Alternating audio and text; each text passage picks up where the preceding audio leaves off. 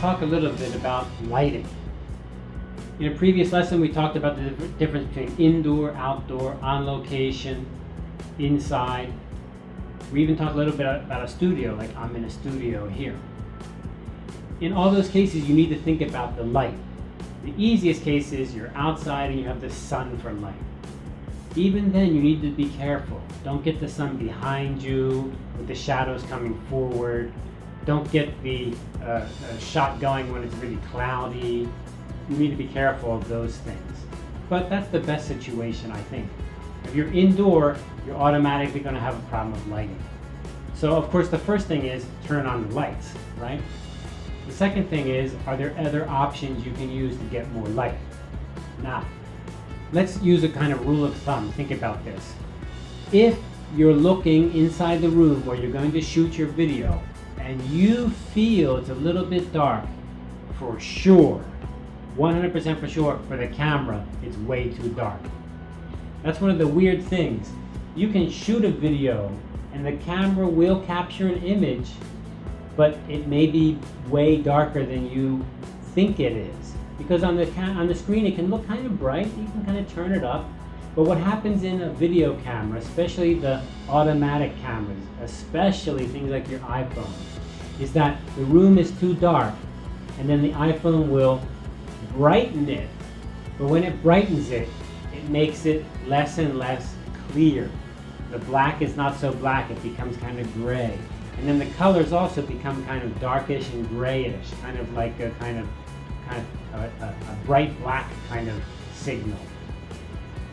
And it's hard to notice. When you're shooting, you think, hey, that looked okay. Then you go home, you edit it, and say, oh, this is terrible. It really looks bad. A little bit of light could have made all the difference. So of course, if you're shooting on campus, usually if you're inside a library or a building room somewhere, you often have those lights, those neon lights up in the ceiling. And there could be many of them. And that actually gives pretty bright light. So that's usually going to be enough. If you don't have that, you need to think about bringing in some more lights. Now, let me just show you in this studio. We can look at the fisheye lens here. You can see some of our lights here. We got a lot of lights. We have lights on cameras. These are little tiny LED lights here. We have these big lights here, which have a diffuser on them, a piece of a cloth fabric that's making the light softer. We also have banks of LED lights, like this light here is all LED. So these days you can buy LED pretty cheaply, maybe for a few dollars you can get a few LED lights. You can certainly get small LED lights, and you can even get a bank of big ones.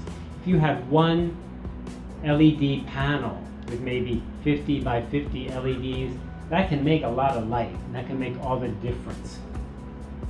Now, when you're lighting your room, you want to pay attention to one big problem, and that is shadows.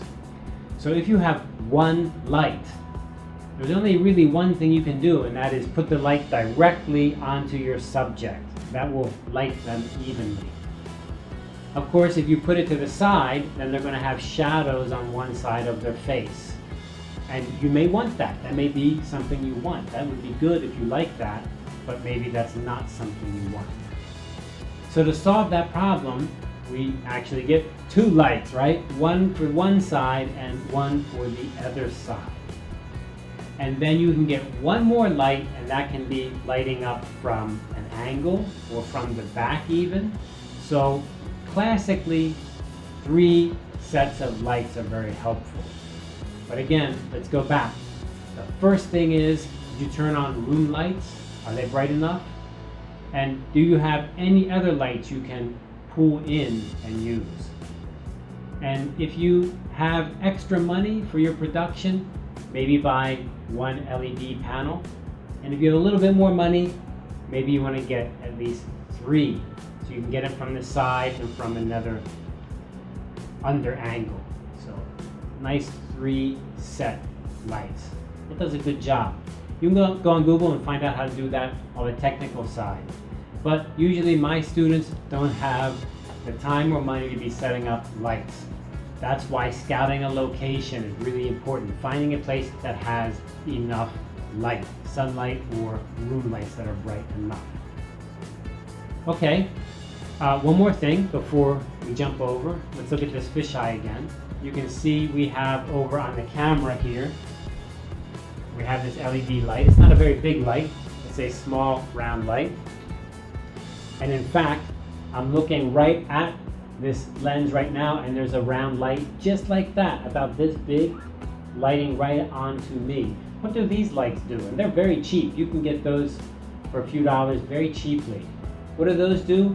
They help the eyes of your actors brighten up, give them a nice bright feeling. If you don't have that light there, very often the eyes will be inside of a shadow.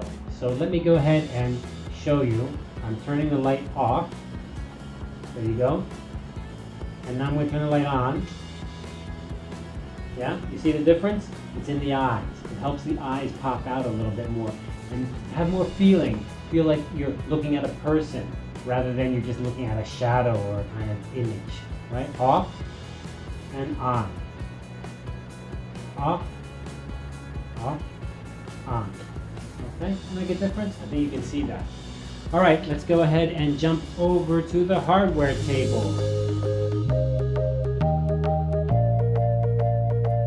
Okay, the hardware table today, what are we going to look at? Of course, we're going to look at lights. Today, probably the best thing you can do is buying LED lights. LED lights have many advantages. They can be portable, quite thin if they come in a panel. They can be bright. They used to be LEDs were not very bright. Now they can be very bright. And of course, they measure them by how many LEDs. So you got 2 LEDs, 3 LEDs. That's like a flashlight.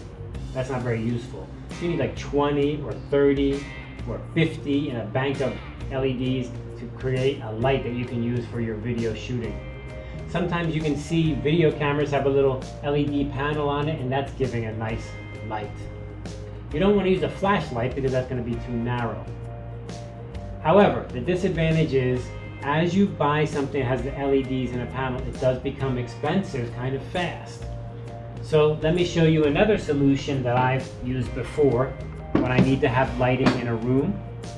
And I think I showed you my light kit before. So let's just take a look at the light box here. This is my box I keep them in. There we go. And what I have here are not LED lights, but these are called halogen lights. So they have a piece of glass here, and inside is a halogen tube, and this gets very bright very fast. It has an on-off switch here, and they're very useful because they can come with these clip-on handles. You can actually put this together, and then you can clip it onto something like a doorway, a table. And you can use this, for example, I could point this up at the ceiling, and it would be so bright that that could light up the whole room. I could point this at the floor if I wanted to get some kind of shadow effect. I wouldn't point this directly at an actor or actress because it's too bright. It's like really super, super bright. So usually you'd be bouncing it off a wall, maybe pointing at the wall. And you might have two, one to that wall, one to this wall. And that way the light is coming into the actor on two sides. Remember, we said light coming in on both sides is very helpful. So I could have two pointing at the walls and maybe one pointing at the ceiling. Really, really useful. Of course, you have to plug it into the electricity, right? You're going to need electricity to do it.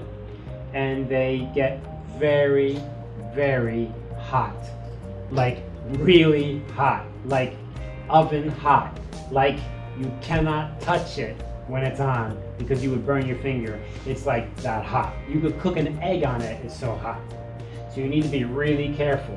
You cannot turn it on and walk away and just leave it sitting somewhere, because if it touches something, it'll melt it. And it's a fire hazard, a little bit dangerous. But they are super effective. And you know what their other good thing is? They are super cheap. You can buy these at hardware stores just like this with the clip for not much money at all. Way cheaper than LED. They're a bit heavy and you need to be careful. You cannot drop them because that collagen tube would break. Also, you should not touch the glass. Even when it's off, do not touch the glass, because if you touch it, oil from your body will get on the glass, and the glass gets so hot that oil can cause the glass to crack. So you don't want to touch it at all. And you can see that metal there. Why is that metal there? Because it gets really hot. This metal is to protect anything from touching it, okay? Did I tell you it gets really hot? Did I mention really hot? And when I say hot, I mean super hot, okay? So be careful. It even says right on here, be careful. Pay attention. This thing gets hot.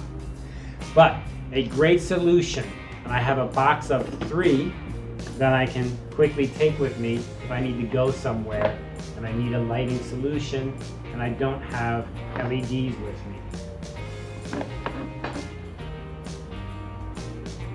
Okay, so that's our lighting. Good luck getting good light either from the sun or carrying your own lights. See you.